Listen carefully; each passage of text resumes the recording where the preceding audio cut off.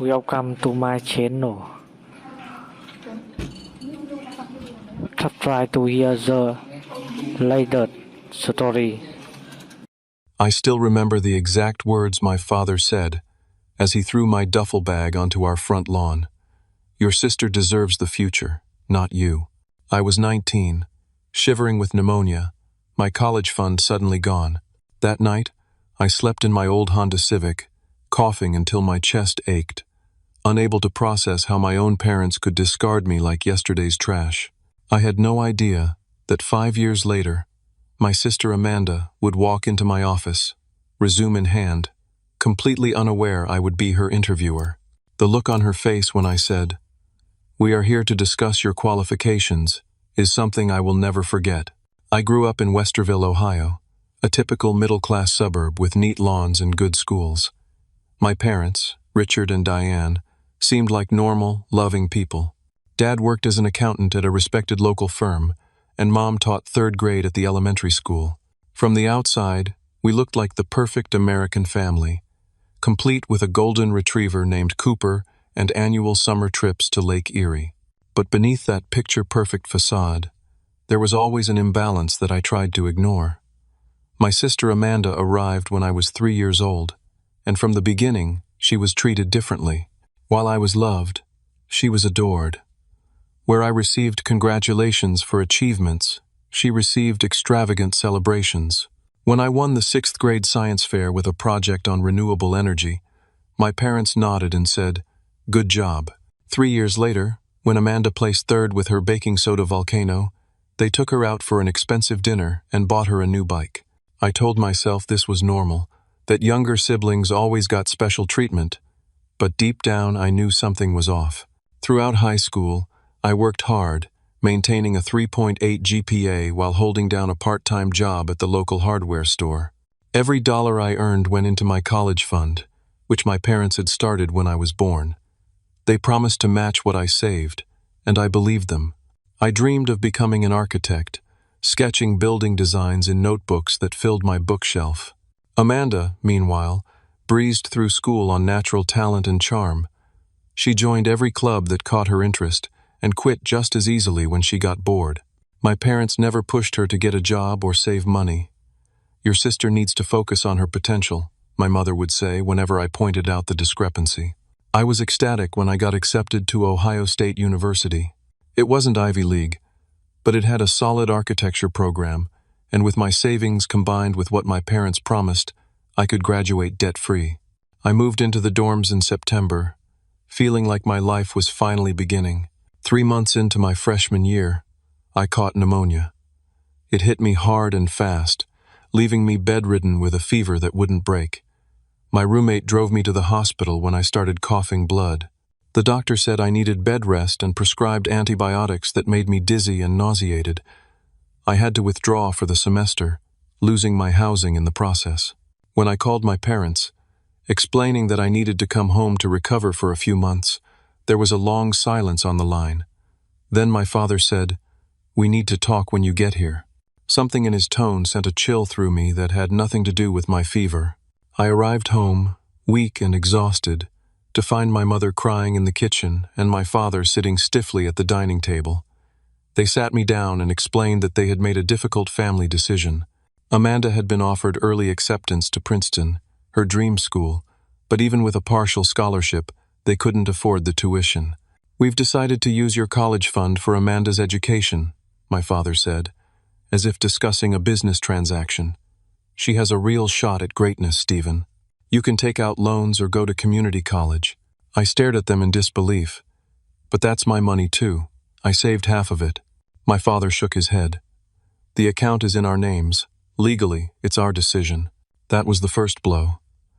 The second came when I discovered they had been siphoning money from my fund for years, slowly building Amanda's while letting me believe mine was growing with my contributions.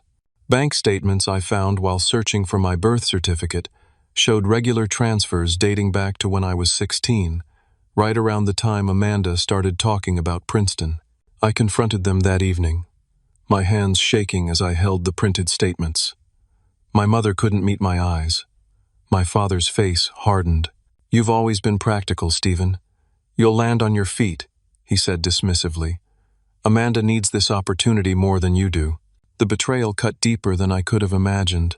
My entire childhood reframed itself in my mind, every unequal treatment now seen for what it was, preparation for this moment when they would choose her future over mine. The full confrontation happened the next morning. I'd spent a restless night coughing and planning what to say. I walked downstairs to find them already at the table, an envelope between them. "We think it's best if you find your own place," my father said without preamble. "I'm sick," I protested, my voice raspy. "I need a few weeks to recover and find a job." "We've given it a lot of thought," my mother said, tears streaming down her face. She pushed the envelope toward me. "There's $300 in there. It's all we can spare right now." "All you can spare?" I echoed, incredulous. "You've taken thousands from me." "That was always our money," my father snapped. "And watch your tone. This isn't easy for us either." "Not easy? You're throwing your sick son out in January. Where am I supposed to go?" My father stood, his chair scraping against the floor. "Your sister deserves the future, not you. She has real potential. You're just ordinary, Stephen. You'll survive." Those words burned into my memory. Ordinary, dispensable. I looked at my mother, hoping for intervention, but she just dabbed at her eyes and said nothing. "Your things are packed," my father continued. "I need you gone by noon." Sure enough, when I went upstairs, I found most of my belongings stuffed into 2 duffel bags and a few boxes, 19 years reduced to what could fit in my Honda Civic. I was too shocked, too ill to fight. I loaded my car in a daze, each trip up and down the stairs leaving me winded and dizzy. As I carried the last box out, I saw Amanda standing in the doorway of her room, watching me with wide eyes. "Where are you going?" she asked. "Ask them," I replied, too hurt to explain. I never said goodbye. My father watched from the window as I pulled away from the only home I'd ever known, into a future suddenly turned uncertain and frightening. That first night in my car was the lowest point of my life. I parked behind a 24-hour Walmart, huddled under the one blanket I had brought, alternating between fever chills and coughing fits that left me gasping. I kept thinking my parents would call, that they would realize what they'd done, and ask me to come back. My phone remained silent. In the morning, I used the Walmart bathroom to wash up as best I could. I looked terrible, pale and sweaty. An elderly employee gave me a concerned look but didn't say anything. I spent the $300 quickly, a cheap motel for 2 nights to get out of the cold, food, more medicine. By the 4th day, I was back in my car, no better health-wise, and now nearly broke. I called my Uncle Jeff, my father's brother, hoping for help. The conversation was brief and devastating. "Your dad told me about your drug problem, Stephen," he said, his voice cold. "I can't have that influence around my kids. Get clean, then we can talk." "Drug problem?" I was stunned into silence. After that call, I tried my mother's sister, then my grandparents. Each conversation revealed the same thing. My parents had told everyone I had developed an addiction at college and had chosen to leave rather than follow their rules. They had not only cast me out, but had poisoned my entire support system against me. 2 friends from high school let me crash on their couches for a few days each, but they were college students themselves, living in crowded apartments with roommates who quickly grew tired of an extra person taking up space. By the end of January, I was officially homeless, still sick, and completely alone. My car became my shelter, my college textbooks, my pillows. I haunted public libraries during the day for warmth and used their bathrooms to stay somewhat clean. Fast food restaurants became my lifeline, not just for cheap meals but for the free Wi-Fi to search for jobs and housing I couldn't afford. I tried calling my sister, hoping she might at least tell me why this was happening, but she never picked up. Later, I discovered my parents had told her I wanted nothing to do with the family anymore, that I was jealous of her success and had left in a rage. The final blow came in early February when my car was towed from the street where I'd parked it overnight. I didn't have the $150 to get it back, losing not just my shelter but most of my remaining possessions. That night, I checked into a homeless shelter downtown, the reality of my situation impossible to deny any longer. The shelter was crowded, noisy, and sometimes dangerous. My laptop disappeared the first night, stolen while I slept fitfully on a narrow cot. With each passing day, my anger at my parents grew, but so did my despair. I wasn't getting better, my pneumonia lingering without proper rest or nutrition. I applied for jobs, but who would hire someone with no address who looked like death warmed over?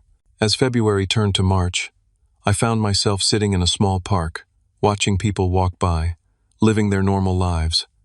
I had 27 cents in my pocket. No home, no car, no computer, no family.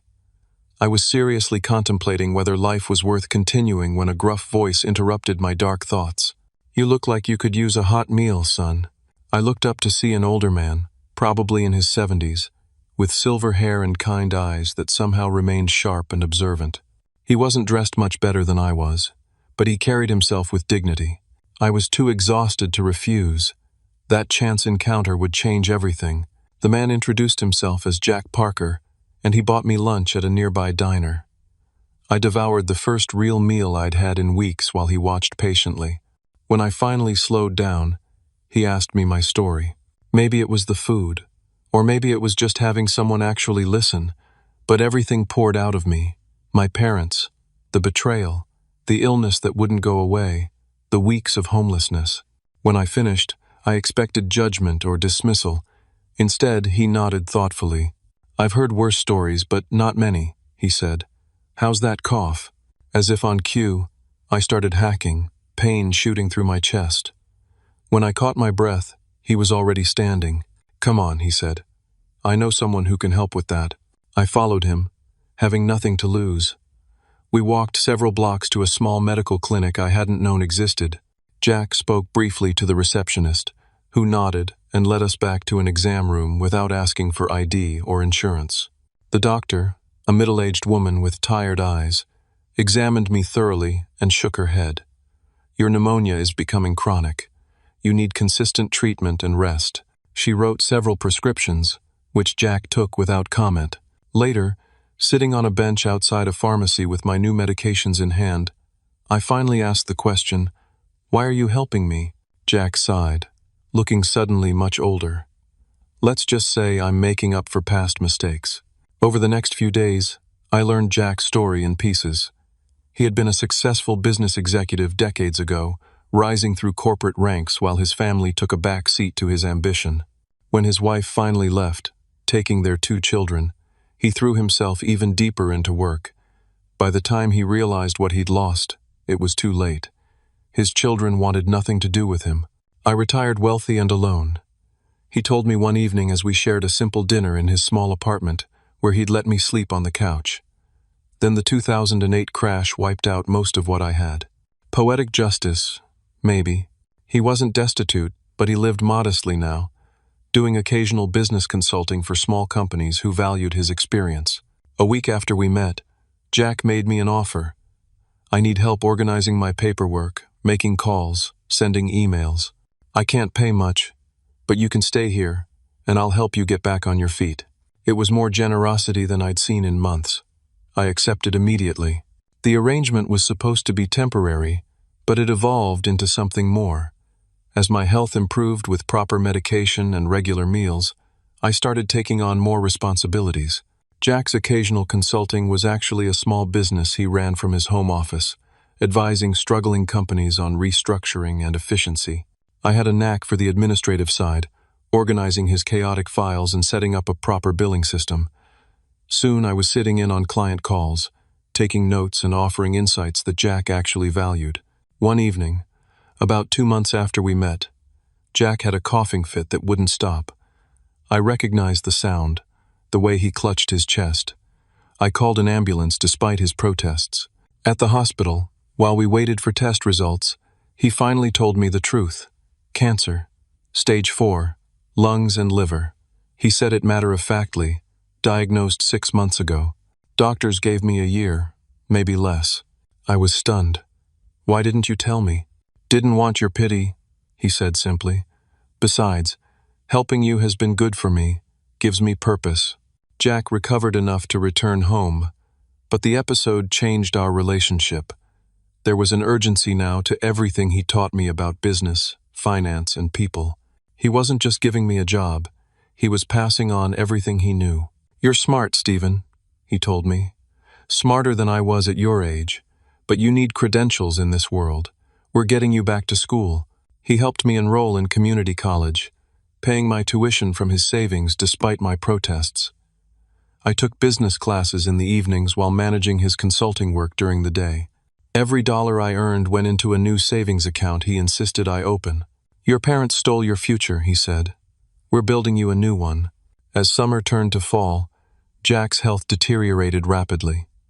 Between hospital visits, he introduced me to his contacts, people who owed him favors or respected his judgment. "This is Stephen," he would say. "He's the future of my business. Trust him as you would me." One rainy October night, after I'd completed a complex proposal for a new client entirely on my own, Jack handed me a folder. "I've been doing some digging," he said, his voice weaker than it had been that morning. "About your parents." Inside was a detailed report on my father's accounting firm, including evidence of tax irregularities and possible fraud going back years. "I have friends in interesting places," Jack explained. "Your father's been cutting corners. Nothing that would send him to prison, probably, but enough to ruin his reputation if it got out." I stared at the documents, unsure how to feel. Part of me wanted revenge, to expose my father and watch his carefully constructed life crumble as mine had. Another part recoiled from becoming as calculating and cruel as he had been. Jack seemed to read my thoughts. "I'm not suggesting you use this," he said. "Just know that people who hurt others often have their own secrets. Knowledge is power, Stephen. What you do with it defines you." I put the folder away, not ready to decide. 2 weeks later, Jack was admitted to hospice care. I spent every moment I could at his bedside, watching the man who had saved my life slowly slip away. Before he died, he made a final confession. "I changed my will," he whispered, his voice barely audible. "Left you everything. It's not much anymore, but it's a start. The client list is gold, though. Don't squander it." I held his hand, tears streaming down my face. "Why me? You barely knew me." He smiled faintly. "Sometimes the family you choose matters more than the one you're born to." His eyes, still sharp despite his failing body, held mine. "Promise me you'll build something good." "I promise," I said, and meant it with every fiber of my being. Jack Parker died peacefully that night. I was the only one at his funeral, held at a small chapel with just the minister and myself. I stood by his grave long after the service ended, thinking about how this stranger had become more family to me in 8 months than my biological parents had been in 19 years. I returned to the apartment, now legally mine according to his will, and opened my laptop. Jack had left me $32,000, his client list, and something even more valuable, a future I could believe in. Jack's passing left a hole in my life, but also a foundation I could build upon. I moved to a smaller, more affordable apartment, investing the money he left me carefully. His client list became my lifeline, though I lost a few who had worked with Jack personally. Most stayed, impressed by the systems we had put in place and my dedication to continuing his level of service. I threw myself into my community college courses, no longer just going through the motions but genuinely engaging with the material. Business management fascinated me, the intricacies of organizational behavior and strategic planning challenging my mind in ways architecture never had. While the consulting work provided enough income to live on, I knew I needed more formal education to truly advance. I applied for every scholarship available, wrote countless essays about overcoming adversity, and maintained a perfect 4.0 GPA. The trauma of my family's betrayal lingered. I had panic attacks that would wake me gasping in the middle of the night. Certain triggers, like seeing a family having dinner together through a restaurant window, could send me into a spiral of depression that lasted days. On the recommendation of one of my professors, I started seeing a therapist at the community college's free clinic. Dr. Myers was a straight-talking woman in her 50s who didn't offer pity, just practical strategies and honest insights. "What your parents did was inexcusable," she told me in our first session. "But letting that define your future gives them power they don't deserve." Slowly, Session by session, I learned to process my anger and betrayal without letting it consume me. I still had no contact with my family, though occasionally I would look at Amanda's social media profiles. According to her posts, she was thriving at Princeton, going to parties and joining elite societies. I felt a complex mix of emotions seeing her happiness, knowing it came at the expense of mine. 2 years after Jack's death, I graduated with my associate's degree in business management, top of my class. By then, I had streamlined the consulting business into a specialized practice, focusing on small businesses in financial distress, working with a network of freelancers Jack had introduced me to. The day after graduation, I received an email from Marlene Weber, the HR director at Core Brand Marketing, a mid-sized firm with a growing reputation in the Midwest. We had met at a business networking event where I had offered some suggestions for her company's approach to social media marketing. "We have an entry-level position opening in our analytics department," she wrote. "Your background is unusual, but I think you'd be a good fit for our culture. Are you interested in interviewing?" I was. The position offered stability, benefits including health insurance I desperately needed, and room for advancement. I prepared meticulously for the interview, researching everything about the company and practicing my responses to potential questions. My unusual path turned out to be an asset rather than a liability. The interviewer, a vice president named David Chen, was impressed by my resilience and self-taught skills. "Most applicants your age have textbook knowledge, but no real-world experience," he said. "You've actually saved businesses and built your own client base. That's remarkable." I started at Core Brand the following Monday, working longer hours than anyone else, and volunteering for projects others avoided. My experience with Jack's diverse clients gave me insights others lacked, allowing me to see connections and opportunities my colleagues missed. 4 months into the job, I was assigned to a struggling account on the verge of dropping our services. The client, a regional chain of outdoor equipment stores, was losing market share to online competitors. Drawing on what Jack had taught me about business transformation, I developed a comprehensive strategy that incorporated their physical stores as experience centers while building a more competitive online presence. I worked through weekends refining the approach, then asked David for 5 minutes to pitch my ideas. He gave me 30, and when I finished, he asked me to present to the client directly. The meeting was tense at first, the client skeptical of this young unknown facing them across the conference table. But as I walked them through the strategy, answering their pointed questions with confidence backed by research, their skepticism turned to interest. They approved a 3-month trial of my approach. When sales increased by 17% in the first quarter, I was promoted to account manager, the youngest in the company's history. My rise at Core Brand continued steadily over the next 3 years. I moved from account management to strategy development, building a reputation for innovative approaches to challenging problems. I started therapy again, this time with a private therapist I could afford with my new salary, working through the deeper issues my family abandonment had created. I bought a small condo in a renovated downtown building, my first real home since being kicked out. The day I signed the mortgage papers, I stood alone in the empty space, tears streaming down my face. I had done it. Despite everything, I had created stability and success on my own terms. Through industry networks, I occasionally heard rumors about my father's accounting firm. Consistent with what Jack had discovered, Richard Hamilton and Associates was under investigation by the state licensing board for ethical violations. I kept the information Jack had given me securely stored, never using it but finding some comfort in knowing the truth might eventually come to light without my involvement. In my 4th year at Core Brand, the company announced a major expansion, creating a new division focused on emerging digital markets. The director, Vanessa Torres, approached me directly. "We're building this team from the ground up," she explained. "I want you to manage the hiring process and help shape the department culture. You have an eye for potential others miss." It was a significant vote of confidence, effectively making me second in command of what would become the company's fastest-growing division. My first task was to review hundreds of resumes for various positions, from entry-level analysts to experienced digital strategists. Late one night, as I scrolled through applications on my laptop, a name jumped out at me, Amanda Hamilton, my sister. I stared at the screen, heart pounding. Her resume showed she had left Princeton after 3 years without graduating.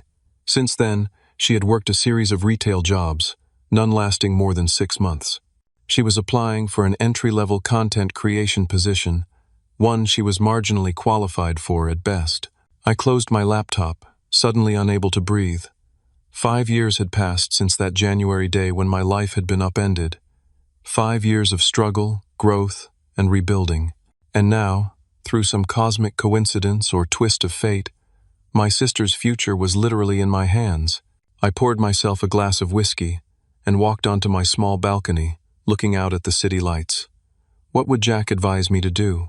What was the right choice here, not just professionally but for my own healing? By morning, I had made my decision. I would interview her myself. The 3 years following Jack's death transformed me in ways I never could have predicted. While my career at Corebrand flourished, I worked equally hard on rebuilding my personal life and emotional health. My therapist, Dr. Reeves, helped me understand that my workaholic tendencies, while productive, were partly a defense mechanism. "You're afraid to slow down because then you might have to feel everything you've been outrunning," she observed during one particularly difficult session. She was right. I had substituted achievement for connection, using professional success to fill the void my family had left. Slowly, I began to open up, first to colleagues, then to actual friends. Marcus, a graphic designer from the creative department, became my first real friend at Corebrand after we were both stuck working late on a pitch presentation. We bonded over our shared love of obscure indie films and began meeting weekly for movie nights. Through Marcus, I met Elena, a literature professor at the local university who challenged my business-focused worldview with perspectives on philosophy and art. Our friendship evolved into a brief romance that, while ultimately not lasting, helped me realize I was capable of trust and vulnerability again. I built what therapists call a chosen family, people connected by choice rather than blood. We celebrated holidays together, supported each other through crises, and created new traditions that helped heal my association of family gatherings with pain and betrayal. My financial situation stabilized and then flourished. I invested carefully, remembering Jack's lessons about the importance of diversification and long-term thinking. By 24, I had fully paid off my student loans from community college and established a healthy retirement account. Occasionally, I would look up my parents on social media, not out of a desire to reconnect, but simply to know what was happening in their lives. What I discovered surprised me. My father's accounting firm had indeed faced consequences for their ethical lapses. Several clients had filed complaints about improper practices, leading to an investigation by the state board. While he avoided criminal charges, his professional reputation was severely damaged. They had sold their house in the suburbs, moving to a much smaller condo outside the city. Amanda's social media told a different story than the carefree college experience her early posts suggested. Reading between the lines of her increasingly infrequent updates, I gathered that Princeton had not been the dream experience my parents had sacrificed my future for.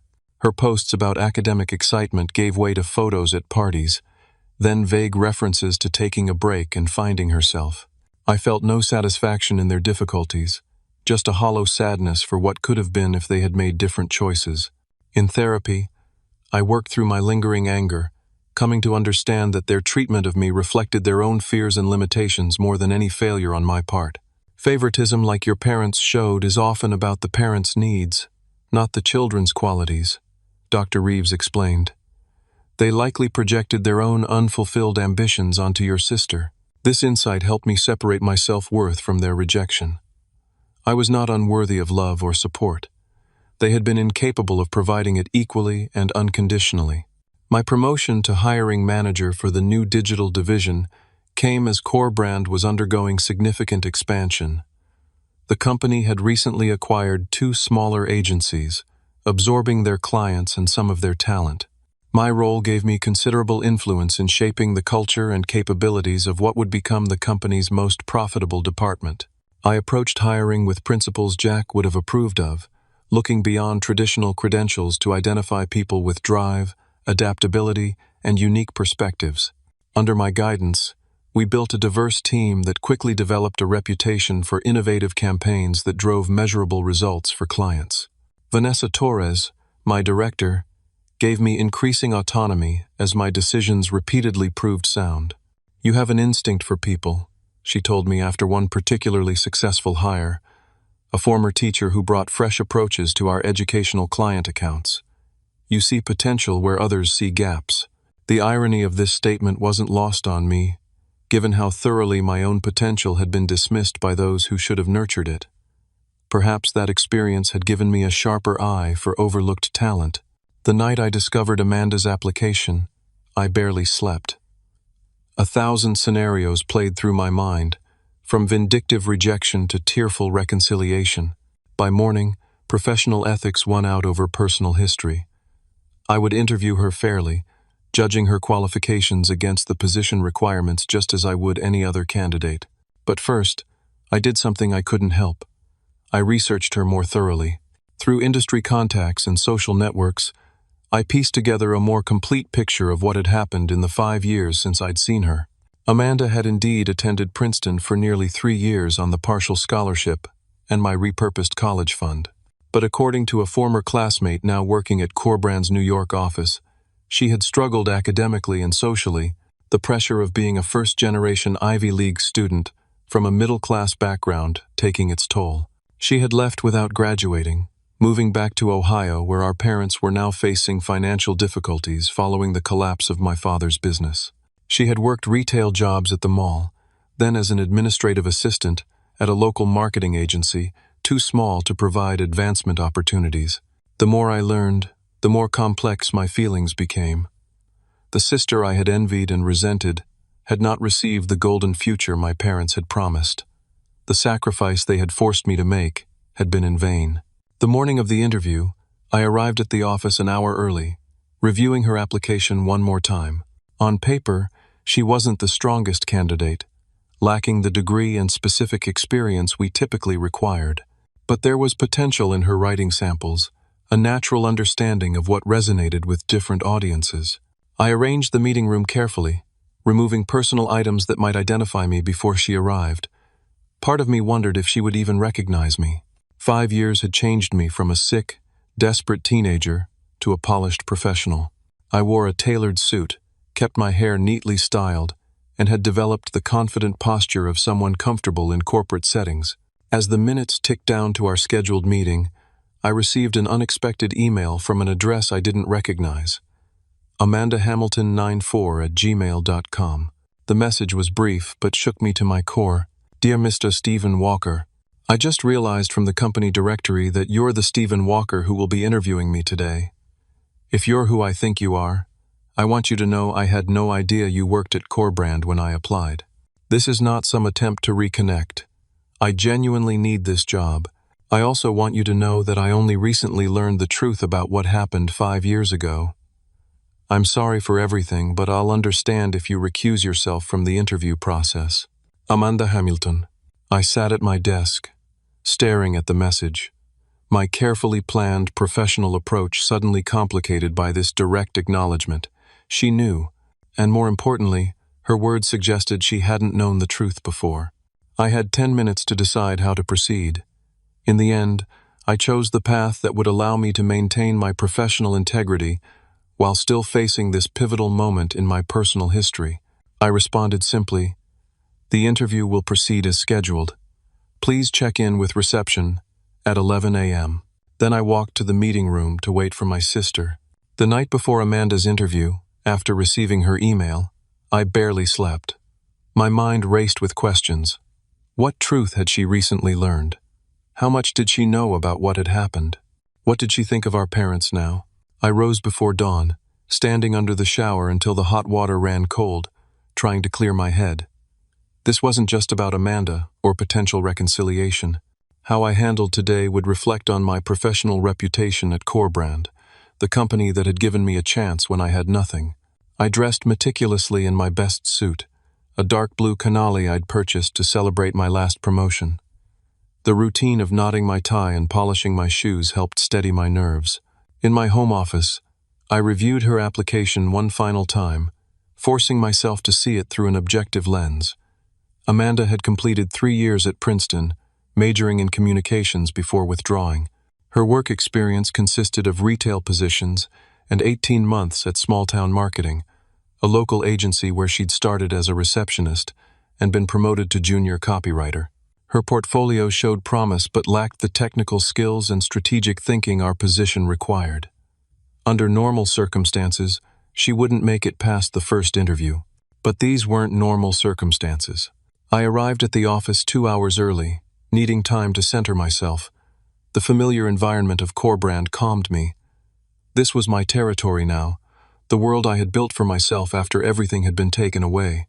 Vanessa stopped by my office around 9, surprised to find me already deep in work.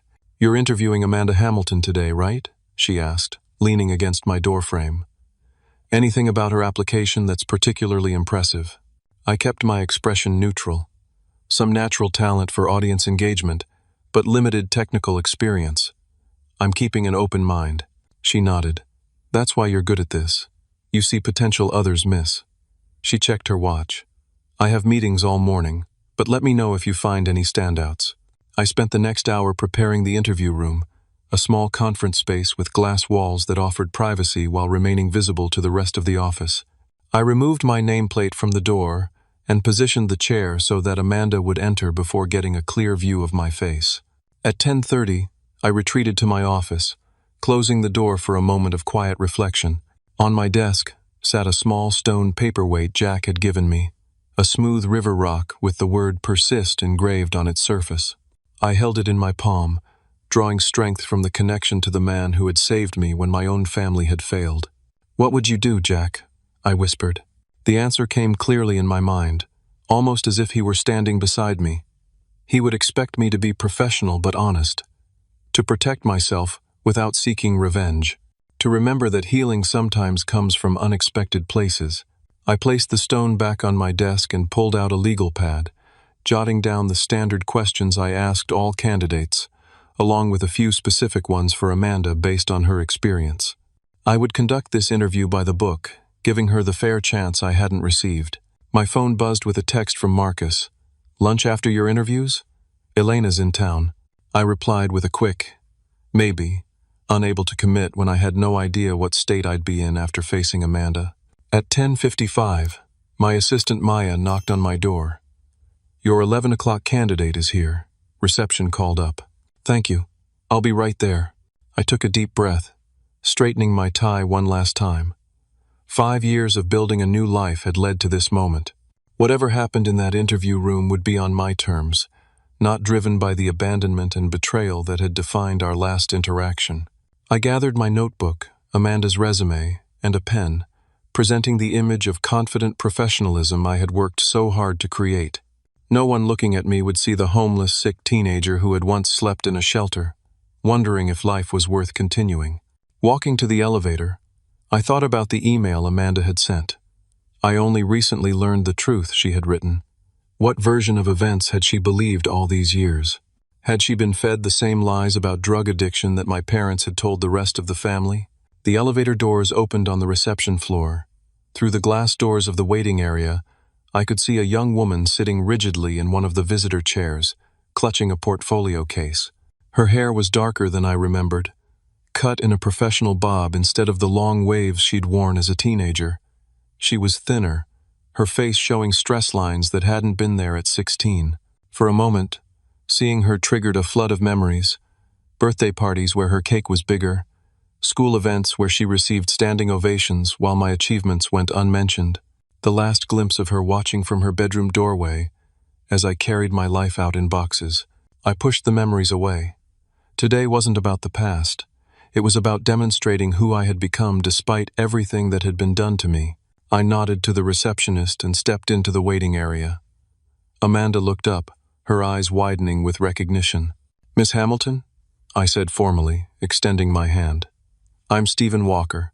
Please follow me to the interview room." Her hand trembled slightly as she shook mine, but she maintained eye contact, something I hadn't expected. The sister I remembered had always looked away when confronted. "Thank you for seeing me," she said, her voice steady despite her obvious nervousness. I led her to the elevator in silence, acutely aware of the receptionist watching us curiously. We stood side by side, not speaking as the floors ticked by. I could sense her stealing glances at me, taking in the changes 5 years had wrought. When we reached the interview room, I gestured for her to take a seat across from me at the small table. I placed her resume between us, a document that represented the divergent paths our lives had taken since our parents had chosen her future over mine. She set her portfolio on the table, her knuckles white from gripping it too tightly. Despite her professional attire, a simple navy dress with a blazer, she looked young and vulnerable. I clicked my pen, meeting her eyes directly for the first time. "We are here to discuss your qualifications for the content specialist position," I said, my voice calm and controlled. "Shall we begin?" Amanda nodded, swallowing hard. "Yes, I'm ready." I started with standard questions, maintaining a professional demeanor while she described her experience and skills. Her voice gained confidence as she spoke about projects she'd worked on at small-town marketing, showing genuine enthusiasm for creative content development. Under different circumstances, I might have been impressed by her articulate responses and clear passion for the work, but I couldn't separate the professional candidate from the sister whose future had been purchased with my suffering. Halfway through the interview, during a question about her greatest professional challenge, her composure cracked. "I'm sorry," she interrupted herself mid-sentence. "I can't do this. Not like this." She set down her pen and looked directly at me. "Stephen, it's been 5 years. Can we please acknowledge what happened?" I carefully placed my own pen on the table. "This is a professional setting, Miss Hamilton. I'm evaluating your qualifications for a position at Corebrand." "I know," she said, her voice dropping, "and I appreciate the opportunity. But I also know you must have questions." "I certainly do." The controlled environment I'd carefully constructed was crumbling. Part of me wanted to maintain the professional facade, to deny her the emotional conversation she clearly wanted. But another part, the part that had spent years in therapy working through abandonment and betrayal, needed answers. I checked my watch. "We have 15 minutes remaining in this interview slot. After that, I have a lunch meeting." It wasn't true, but it gave me an escape route if needed. "Then I'll be brief," she said. "First, I want you to know that I didn't know what Mom and Dad did to you until last year. They told me you left because you were angry about my Princeton acceptance, that you cut contact with all of us voluntarily." I kept my face neutral, though her words confirmed my suspicions. "Continue." "I believed them," she admitted, her eyes filling with tears she visibly fought to control. I was hurt and confused, but I was also 17 and self-centered. Princeton was my dream, and I didn't question how we could suddenly afford it. She reached into her bag and pulled out a folded piece of paper, sliding it across the table. "What's this?" I asked, not touching it. "A bank statement. From my college fund. I found it last year when I was helping Mom organize their financial documents after Dad's firm collapsed." Her voice hardened. "That's when I saw the transfers from your account to mine. That's when I started asking questions they couldn't answer." I hesitated, then unfolded the paper. There it was in black and white. Regular transfers from S. Walker College Fund to A. Hamilton College Fund, dating back to when I was 16. "I confronted them," Amanda continued. "Dad got angry. Mom finally broke down and told me everything. How they'd chosen me over you. How they'd thrown you out when you were sick. How they'd lied to everyone about why you left." A tear escaped despite her efforts. "I've been trying to find you ever since, but you changed your number, moved away. None of your old friends knew where you were." I refolded the statement, my hands steady despite the emotions churning inside me. "And now you've found me through a job application." "Complete coincidence," she insisted. "I had no idea you worked here until I saw your name on the interview schedule yesterday. I almost withdrew my application, but She hesitated. "I've wanted to apologize for a year now." "Apologize," I repeated flatly. "For what exactly?" "You were a child. Our parents made the decisions. For believing them without question. For enjoying Princeton while you were." She couldn't finish the sentence. "While I was homeless? Sick? Abandoned?" The words came out sharper than I intended. 5 years of therapy hadn't completely healed some wounds. Yes, she whispered. If I had known, I would have done something. I would have helped you. I studied my sister's face, searching for the entitlement and selfishness I had attributed to her for years. Instead, I saw genuine regret and something else, a hardness around her eyes that hadn't been there before. Life had clearly taught her some difficult lessons, too. What happened with Princeton? I asked, curiosity overcoming my resolve to keep the conversation professional. Your resume shows you left after 3 years. Amanda's posture slumped slightly. I crashed and burned. The pressure was overwhelming. Dad had built me up as this academic prodigy, but I was just a good student from Ohio, suddenly surrounded by people who had been groomed for the Ivy League since birth. She ran a hand through her hair, a gesture so familiar it sent a pang through me. My grades slipped. I got depressed. When I called home for support, Dad just kept saying I couldn't fail, that they had sacrificed everything for me to be there. Her laugh was bitter. I didn't understand what he meant then. And now I know they sacrificed you. She met my eyes directly. I dropped out after junior year. Couldn't handle it anymore. When I came home, everything was falling apart. Dad's firm was under investigation. They were selling the house. And suddenly I was the disappointment instead of the golden child. The timer on my phone chimed, indicating our scheduled interview time had ended. I silenced it but didn't move to stand. What do you want from me, Amanda? I asked quietly. Beyond this job interview? Nothing you don't want to give, she said. A chance, maybe. To know my brother again. To try to make amends, even though I know that's probably impossible. I looked at her resume on the table between us, thinking about the parallel tracks our lives had taken. My parents had gambled everything on her success and discarded me in the process.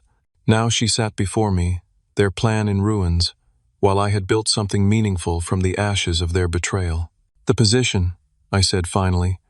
You're not qualified for it. Your technical skills don't meet our requirements, and your experience is too limited. Her face fell, but she nodded. I understand. Thank you for being professional enough to interview me anyway. I gathered my notes. However, there is an entry-level position opening in our content support team next month. It's more administrative than creative initially, but it provides training in our systems and methodologies. After 6 months, strong performers can apply for advancement to the creative team. Her eyes widened with surprise. Are you offering me a job? I'm suggesting you apply when the posting goes live. If you do, I'll make sure your application receives fair consideration. I stood, signaling the end of our meeting. That's all I can offer professionally right now. Amanda gathered her portfolio, clearly processing my words. And personally? I hesitated, conflicting emotions warring within me. Personally, I think we both have a lot to process. I'm willing to talk, but I need time. I understand, she said, standing and extending her hand formally. Thank you, Stephen, for the interview and for not hating me immediately. I shook her hand. I don't hate you, Amanda. I never did. Our parents made choices that hurt us both, just in different ways. As we walked back to the reception area, a professional distance between us, I made a decision. I usually have coffee at River City Cafe on Saturdays around 10. If you wanted to continue this conversation outside of work, the hope in her eyes was almost painful to see. I'd like that, very much. At the elevator, I handed her my business card. Send your updated resume when the content support position posts. And, I paused, then added, it was unexpected seeing you today, but not entirely unwelcome. She nodded, tears threatening again. Thank you, Stephen. I watched her enter the elevator, maintaining my professional composure until the doors closed. Then I retreated to my office, closing the door and taking a moment to process the emotional whirlwind of the past hour. That Saturday, I arrived at the cafe early, securing a quiet table in the corner. I wasn't entirely sure she would come, or what I would say if she did. But at precisely 10 o'clock, Amanda walked through the door, scanning the room until she spotted me. Our conversation that morning lasted for hours, painful and healing by turns. She told me about our parents' downfall, how my father's ethical shortcuts had finally caught up with him, leading to the loss of major clients and eventually his license to practice.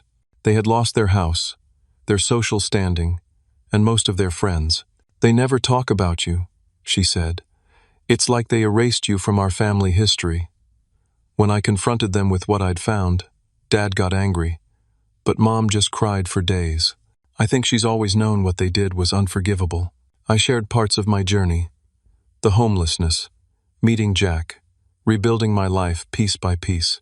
I was selective, protecting the most vulnerable aspects of my experience, while giving her enough to understand what I had overcome.